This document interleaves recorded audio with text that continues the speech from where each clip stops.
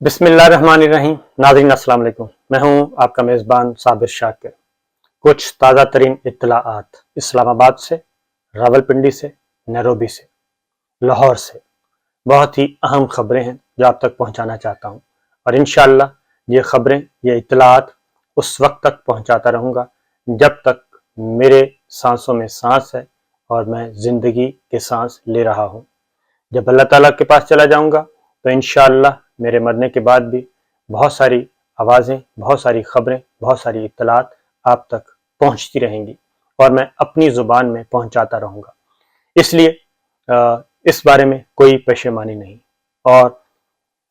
میں اللہ تعالیٰ کے فضل و کرم سے اللہ کو گواہ بنا کر اور اللہ کو حاضر ناظر جان کر کہتا ہوں کہ جو کچھ بھی چیزیں، جو خبریں، جو اطلاعات میں آپ کو دیتا رہا ہوں اور دیتا رہوں گا، وہ سب کی سب مستند ہوتی تھیں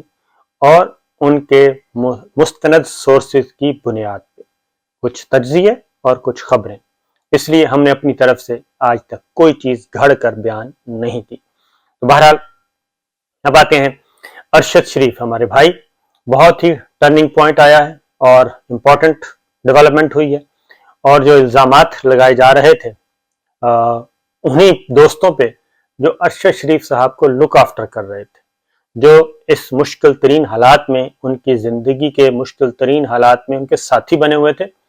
ان پر الزامات لگائے جا رہے تھے، اور یہ الزامات لگانے والوں کو بھی بہت اچھی طرح پتا تھا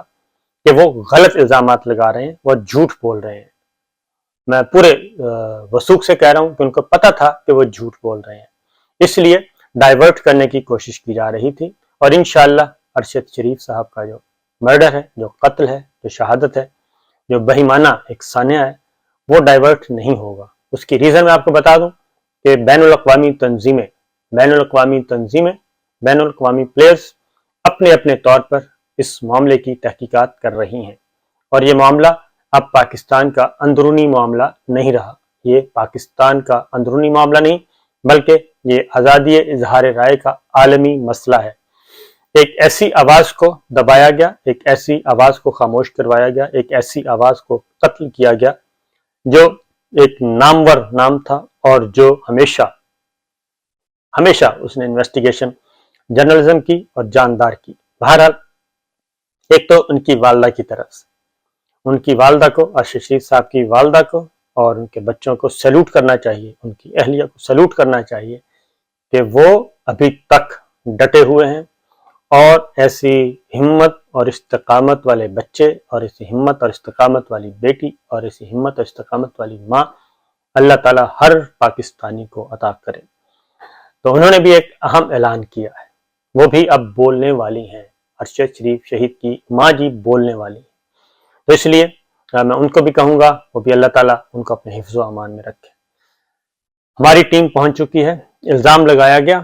اور ڈائیورٹ کرنے کی کوشش کی گئی، بجائے اس کے کہ یہ بتایا جاتا کہ یہ ساری سچویشن کیوں ہوئی، ارشد شریف صاحب نے ملک کیوں چھوڑا۔ اور میں آپ کو پورے وثوق سے کہہ رہا ہوں کہ پہلی اطلاع میں یہ آپ کو دے دوں کہ ہمارے خلاف جو مقدمات تھے، ہمارے خلاف مقدمات، ارشد شریف صاحب کے خلاف مقدمات، میرے خلاف مقدمات، وہ سب کے سب کہاں سے ان کو مانیٹر کیا جا رہا تھا، کہاں سے ان کو کنٹرول کیا جا رہا تھا، وہ ساری چیزیں میں ریکارڈ کروا چکا ہوں۔ ٹھیک ہے جی، وہ ساری چیزیں میں ریکارڈ کروا چکا ہوں، اور دیکھتا ہوں انشاءاللہ وہ کب آ جائیں گی۔ وہ اب میرے کنٹرول میں نہیں، محفوظ مقامات پہ ہیں، وہ ہو چکی ہیں۔ نمبر 1۔ نمبر 2، ارشد شریف صاحب کے بارے میں جو تحقیقات اب تک ہوئی ہیں، تو میں آپ کو بتا دوں کہ ہماری ٹیم جو ہے وہ پہنچی نیروبی، اور نیروبی پہنچ کے انہوں نے ابتدائی اطلاعات کے مطابق وقار کا، جو خرم اور وقار دو بھائی ہیں، ان میں سے وقار کا اسٹیٹمنٹ سامنے آ چکا ہے، اور اس کے اکارڈنگلی جو وقار نے اسٹیٹمنٹ ریکارڈ کیا ہے اور خرم احمد سے بھی تفتیش کی ہے، اس کی ڈیٹیلز کے مطابق انہوں نے کہا ہے کہ ارشد شریف صاحب میرے گیسٹ ہاؤس پر 2 ماہ سے تھے گیسٹ ہاؤس پہ، اور سلمان اقبال نے نہیں، کسی اور دوست نے ارشد شریف کی میزبانی کا کہا نیروبی سے یہ وقار احمد کا سٹیٹمنٹ ہے، کیونکہ خرم اور وقار دو بھائی ہیں اور جن کو ادھر میزبانی کر رہے تھے مرحوم بلکہ شہید ارشد شریف کی۔ سلمان اقبال نے نہیں، کسی اور دوست نے ارشد شریف کی میزبانی کرنے کا کہا تھا۔ نیروبی سے قبل ارشد شریف سے صرف ایک بار کھانے پر ملاقات ہوئی، یہ وقار احمد نے بتایا، اور ارشد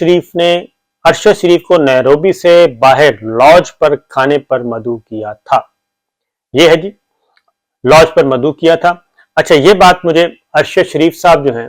وہ مجھے خود بھی بتا چکے تھے، کیونکہ انہوں نے یہ تو نہیں بتایا تھا کہ میں کہاں رہ رہا ہوں، لیکن وہ کہتے تھے کہ ویکنڈ پہ ہم باہر نکل جاتے ہیں کسی فارم ہاؤس پہ، اور وہ ایک دن ایسا ہوا کہ ایک دن میرا اور ان کا رابطہ نہیں ہو سکا، تو پھر انہوں نے کہا کہ وہاں پہ سگنل کا ایشو تھا، تو اس لیے فارم ہاؤس پہ، کیونکہ اور تو کوئی ایکٹیویٹی نہیں، تو میں فارم ہاؤس پہ چلا جاتا ہوں، تو وہ وہاں پہ ذرا تھے اس لیے۔ تو وہ کس نوعیت کا تھا یہ نہیں پتا۔ تو یہ اس بات کی وہ کہہ رہے ہیں کہ ارشد شریف میرے پاس گیسٹ ہاؤس پر 2 ماہ سے تھے، اور اگلی بات انہوں نے کہی ہے کہ جی ارشد شریف کو نیروبی سے باہر لاج پر ساتھ کھانا کھایا، وقار احمد نے کہا۔ کھانے کے بعد ارشد شریف بھائی خرم کے ساتھ گاڑی میں نکلے، اور آدھے گھنٹے بعد گاڑی پر فائرنگ کی اطلاع آئی، اور لاج سے نکلنے کے بعد 18 کلومیٹر کا کچا راستہ ہے اور پھر سڑک آتی ہے، اور یہ لاج مین میرا اپنا خیال ہے کہ جو ارشد بھائی جس کو فارم ہاؤس بولتے تھے شاید وہی اسی کو لاج کہہ رہے ہیں۔ آدھے گھنٹے بعد گاڑی فائرنگ کی اطلاع آئی، گاڑی سے لاج سے نکلنے کے بعد 18 کلومیٹر کا کچا راستہ ہے، سڑک شروع ہونے سے تھوڑا پہلے کچھ پتھر رکھے گئے تھے۔ اب یہ جو ہے نا پتھر رکھے گئے تھے، یہ میری ایک سینس جو ہے وہ یہ کہتی ہے کہ گاڑی کی سپیڈ کو توڑنے کے لیے، کہ گاڑی برق رفتار کیونکہ لینڈ کروزر تھی، اس کی سپیڈ کم کرنے کے لیے یہ ضروری تھا کہ کوئی نہ کوئی رکاوٹ کھڑی کر دی جائے۔ تو یہ آئی تھنک ہو سکتا ہے اس نوعیت کا، بظاہر ہو کہ جناب کوئی رکاوٹ ہے، لیکن ان فیکٹ یہ تھا، کیونکہ اس کے بعد جو اگلی بات ہے، لاج سے نکلنے کے بعد 18 کلومیٹر کا کچا راستہ ہے، سڑک شروع ہونے سے تھوڑا پہلے کچھ پتھر رکھے گئے تھے، اور پتھروں کو کراس کرتے ہی فائرنگ ہو گئی، کیونکہ جہاں پتھر تھے وہاں پہ آپ کو پتا ہے کہ پھر گاڑی کی رفتار آہستہ کی گئی۔ ایک نیچرل سی بات ہے کہ گاڑی آہستہ کی جاتی ہے، وہاں سے گزرا جاتا ہے، اور اس کے بعد وہ کہتے ہیں فائرنگ ہو گئی، اور پتھروں کو کراس کرتے ہی فائرنگ ہو گئی۔ فائرنگ سے خوفزدہ ہو کر گاڑی بھگا لی۔ خرم احمد کا تحقیقاتی حکام کو جواب، یہ خرم احمد کا بھی، اب یہ خرم احمد کا ہے بیان جی، جو میں نے آپ کو بتایا کہ وقار احمد کا بیان ہے کھانے کے بعد ارشد شریف اور آدھے گھنٹے بعد گاڑی پر فائرنگ کی اطلاع، یہ وقار نے کہا ہے۔ اس کے بعد خرم نے کیا بتایا ہے کہ لاج سے نکلنے کے بعد 18 کلومیٹر کا کچا راستہ ہے، پھر سڑک آتی ہے، سڑک شروع ہوتے ہی تھوڑا کچھ پہلے پتھر رکھے گئے تھے، پتھروں کو کراس کرتے ہی فائرنگ کی آواز آئی، خرم بتا رہے ہیں، اور فائرنگ سے خوفزدہ ہو کر گاڑی بھگا لی۔ خرم احمد کا تحقیقاتی حکام کو جواب، واقعہ شناخت کی غلطی کا ہی ہے، خرم اور وقار کا بیان۔ اب یہاں پہ آ کے وہ کہتے ہیں کہ واقعہ شناخت کی غلطی کا ہی ہے۔ اب اس میں تھوڑا سا یہاں پہ آ کے اس کے درمیان ان بٹوین کچھ ہے جو وہ کہہ رہے ہیں، اور خرم واقعے کے دوران موجزانہ طور پر محفوظ رہے، یہ وقار احمد نے بتایا۔ ارشد شریف کے زیر استعمال آئی پیڈ موبائل کینیا حکام کے حوالے کر دیا، یہ وقار نے بتایا۔ ارشد شریف نیروبی منتقل ہونے کا سوچ رہے تھے، ویزا مدت بھی بڑھوائی تھی۔ اب یہاں پہ میں آپ کو بتا دوں کہ ارشد شریف صاحب نیروبی منتقل ہونے کا بالکل نہیں سوچ رہے تھے، جی بالکل، میں ذمہ داری کے ساتھ کہہ رہا ہوں کہ یہاں پہ آ کے انہوں نے کہا ہے کہ جی کہ ارشد شریف نیروبی منتقل ہونے کا سوچ رہے تھے، ویزا مدت بھی بڑھوائی گئی تھی۔ ویزا مدت کی میعاد وہ تو بات ہے، ٹھیک ہے۔ اس کے بعد ارشد شریف جو ہیں وہ کوئی اور ڈیسٹینیشن اپنا ٹائم گزار رہے تھے، اور ان کا پلان یہ تھا، یہ بالکل بتا دوں کہ ارشد شریف نیروبی منتقل ہونے کا سوچ رہے تھے، یہ بالکل غلط بات ہے کہ وہ نیروبی منتقل ہو رہے تھے۔ یہاں پہ میں آپ کو ان کے سٹیٹمنٹ کو میں ڈیفر کروں گا۔ FIA انٹیلیجنس کے 2 افسران پر مشتمل تحقیقات کے لیے کینیا گئی ہوئی ہے۔ تو یہ جو چیز ہے جی، کیونکہ یہ ہمارا رابطہ تھا آپس میں، اور ارشد شریف صاحب سے بھی اور میرا بھی تھا، وہ کبھی ان کی کال آ جاتی تھی، کبھی میں کرتا تھا، ہم دونوں رابطے میں تھے۔ تو لہٰذا ہر صورت میں، کیونکہ جمعے کو مجھے جو ہماری بات ہوئی، جمعے کو بات ہوئی 19 منٹ ہماری بات ہوئی، اچھی گپ شپ نارمل، اور اس میں وہ ہر صورت میں جیسے میں واپس جانا چاہتا ہوں ویسے ارشد شریف واپس آنا، ان کا کوئی پروگرام نہیں تھا کہ جناب باہر منتقل ہوا جائے گا، نہیں، بالکل نہیں۔ وہ ایک نارمل لائف، پاکستان سے محبت کرنے والے، پاکستان میں واپس جانا چاہتے تھے، اور ان کا خیال تھا کہ ہم انشاءاللہ یہ نومبر گزر جائے، دسمبر میں ہماری واپسی ہوگی، اور دسمبر میں ہم انشاءاللہ واپس چلے جائیں گے۔ تو میرا اور ان کا یہی پروگرام بنا تھا کہ کچھ جوائنٹ ڈیسٹینیشن، کیونکہ میں نے کہا آپ جہاں بھی ہیں مجھے نہیں پتا، آپ بھی کسی پہنچ جانا تو میں بھی پہنچ جاؤں گا، تو وہاں سے پھر ہم اکٹھے لینڈ کریں گے پاکستان۔ تو اس لیے جی یہ جو بات کی گئی ہے یہ بالکل غلط بات ہے، اور یہ درست نہیں ہے۔ تو اس لیے ابھی پرتیں اور کھلیں گی، لیکن جو سب سے بڑی بات سامنے آئی ہے وہ یہ ہے کہ سلمان اقبال صاحب نے ان کو وہاں نہیں ٹھہرایا ہوا تھا، اور کیونکہ وہ جو اپنا DDISPR نے اور DDISI نے جو فوٹیج دکھائی وہ بالکل بچوں والی تھی کہ جی وہ اسلام آباد سے وہ لاہور گئے، وہ سب کو پتہ، اسلام آباد سے پشاور گئے، بالکل پتہ ہے